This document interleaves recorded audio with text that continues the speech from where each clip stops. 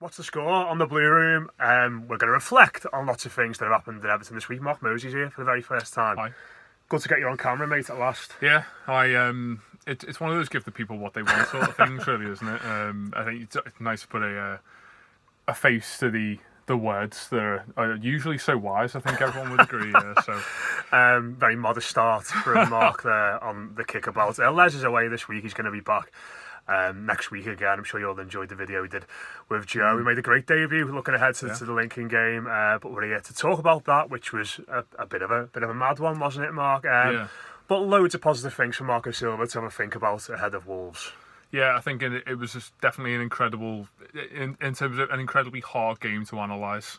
We say that Premier League football is something that's so akin to us all, and we can all very much predict the patterns of most games, I would say. When you go away to those games that are essentially set up by Sky Sports to make Everton trip over and fall apart. Yeah. And I think the narrative of the last couple of decades would be that Everton would very much fall into that trap. Albeit there was a couple of moments where you thought, we're going down the same sort of path here.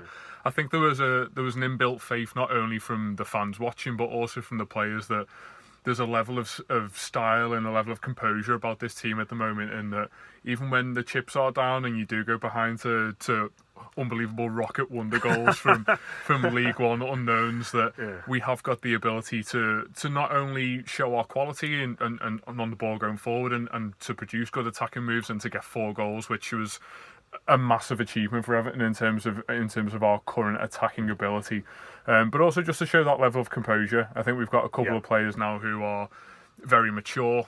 We looked at someone in Fabian Delph who made his debut on Wednesday night and being a real leader, and I think that's what you need when you go to difficult places. We should talk about some of the disgraceful behaviour from our players. Gylfi Sigurdsson trying to get the ball after he scored the pen. The phantom booking, I think he was lucky to only get away with yellow for that, to be honest. Obviously Richarlison celebrated the goal as well.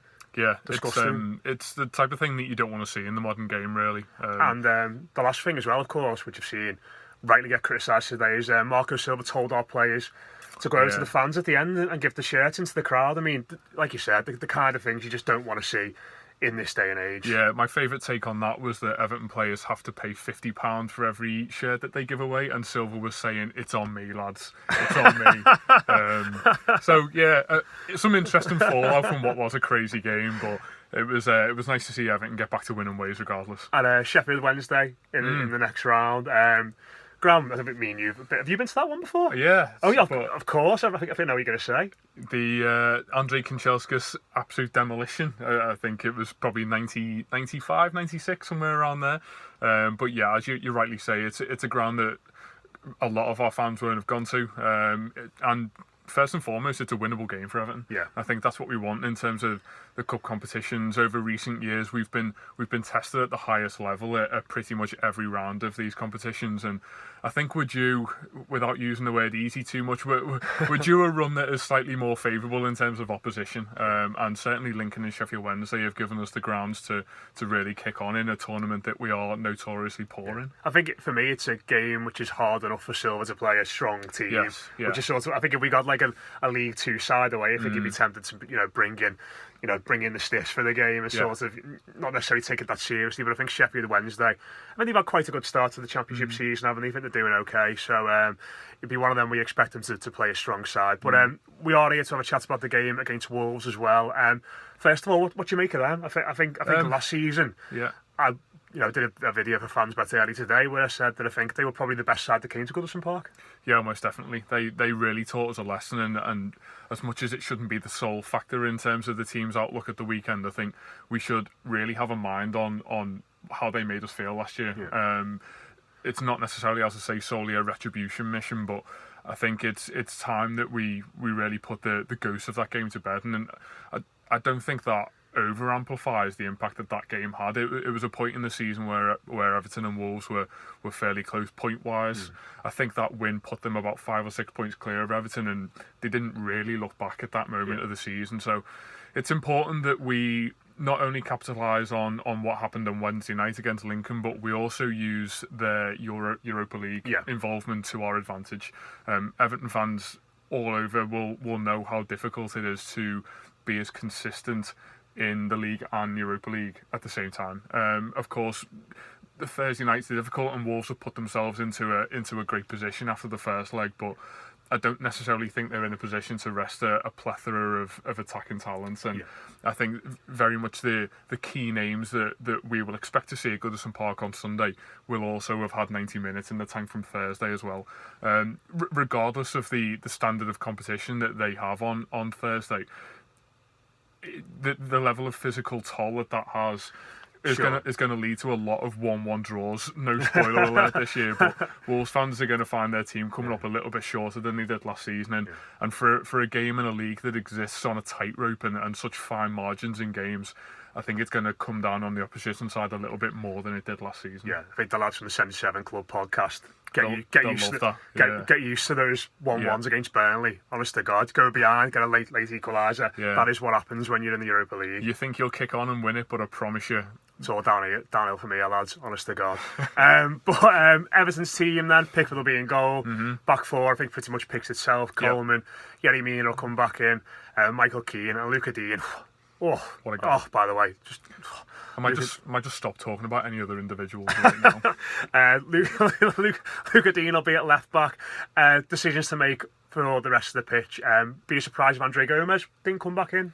Yeah, I think he'll be back in. Fabian Delph alongside him. As you say, he'll definitely have a new partner, I think, after Wednesday night, because we talk about the composure and the maturity, and Fabian Delph just personifies that totally. Yeah, and then ahead of him, I think Wes Silva's probably got the most difficult decision to make in regards to, I think, the lad who's most under threat, probably. One or two, perhaps, certainly in the attacking midfield positions. The lad most under threat could be Bernard, who scored our only Premier League goal this season.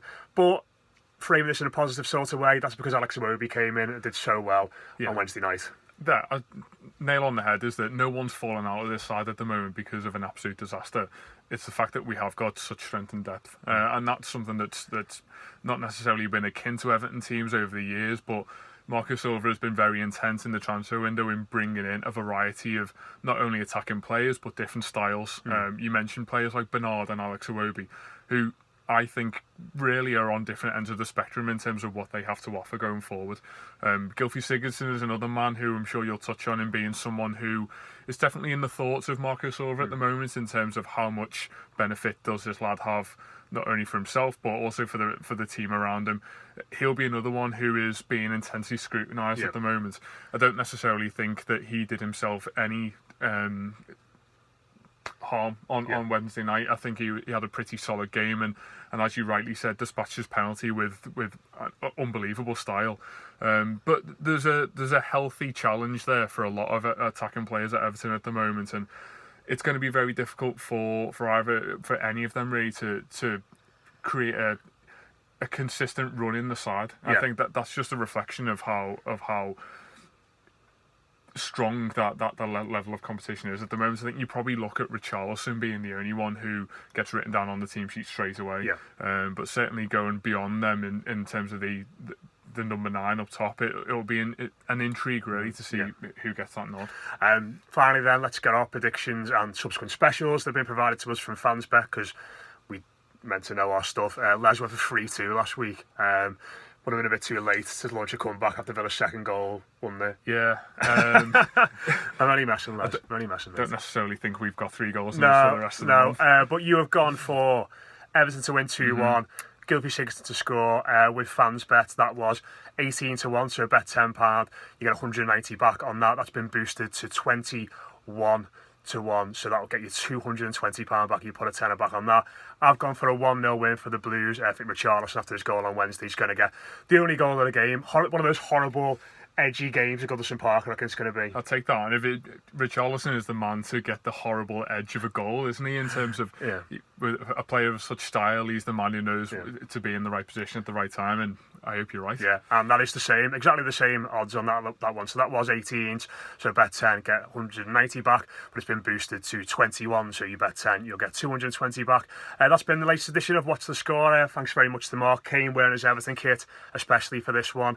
Got my Italy jersey on, but don't even know if Moise Keane's going to play or not. Yeah, Keane on the back. yeah, of course, yeah, of course, yeah, of course, yeah. We'll be back again after the international break. Now we'll do one next week. We'll get Les back next week to do something anyway. But that's been your latest edition of What's the Score. Remember to bet with fans better if you're having a bet this weekend. I'll speak to you again very soon.